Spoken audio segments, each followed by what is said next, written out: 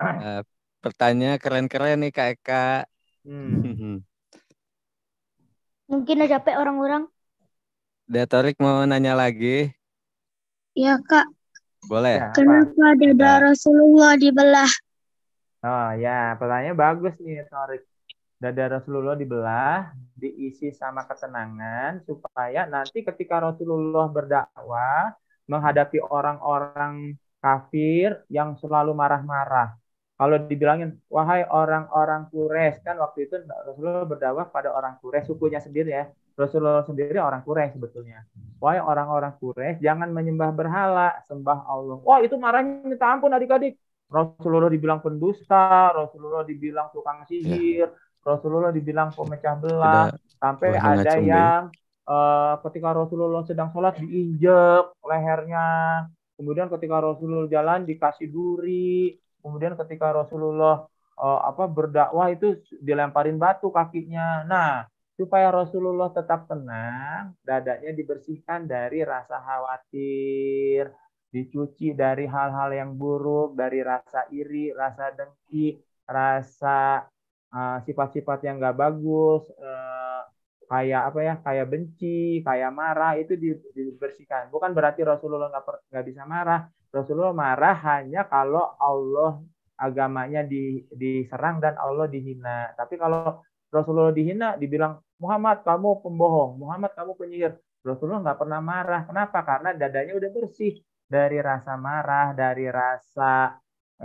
iri hati, dari rasa sedih yang tidak jelas, dari rasa kan kadang-kadang kita suka sedih nggak jelas ya, kenapa aku sedih, itu karena digoda setan adik-adik, kan setan menggoda hati kita. Nah, setan tidak bisa menggoda Rasulullah karena dadanya sudah dibersihkan, sehingga setan nggak bisa masuk ke situ gitu, Tarik ya. Ada lagi nggak yang nanya? Seru banget dengan pertanyaan ini, adik-adik bisa dapat banyak ilmu loh.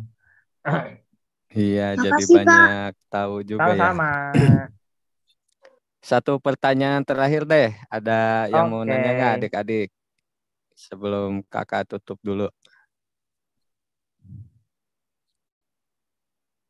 Nggak ada ya? Eh, Saya. Siapa? Coba acungkan tangan dulu. Saya bentar ya. Ya boleh, sok satu Sila, sila. pertanyaan lagi ya. Caranya itu Bang. Ya, Ya, silakan, silakan. Devayat, mau tanya apa? Kayak Kak, kira-kira apa nih inspirasi apa dari kisah Nabi ini untuk adik-adik kita nih? Ya, Abraha itu dia kan ya, dibilang seperti daun ulat, daun yang ya, makan ulat. Apa ya, dia berlubang-lubang tubuhnya kayak gitu? ya, Oh, keren.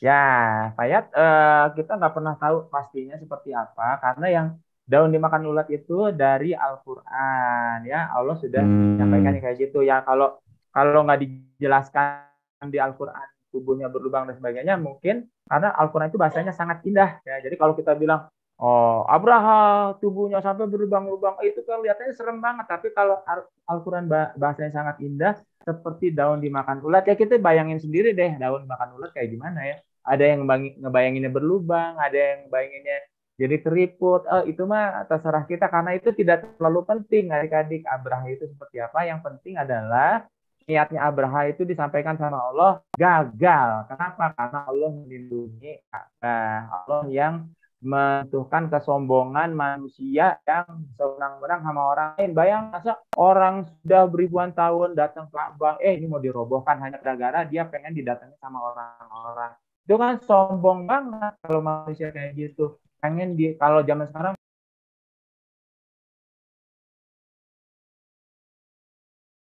Nah, kalau kalau Payat mau tahu, baca tafsirnya dari ayat tersebut ya, banyak kok nanti tafsir yang bisa menjelaskan. Tapi kalau nggak ada penjelasannya, ya sudah cukup dikatakan seperti daun dimakan ulat, karena bahasa Al-Quran sangat indah dan kita cukup saja sampai di situ. Nggak penting Abraha itu tinggal tulangnya doang, tinggal jempolnya doang, tinggal hidungnya doang, nggak penting. Yang penting niatnya digagalkan sama Allah gitu.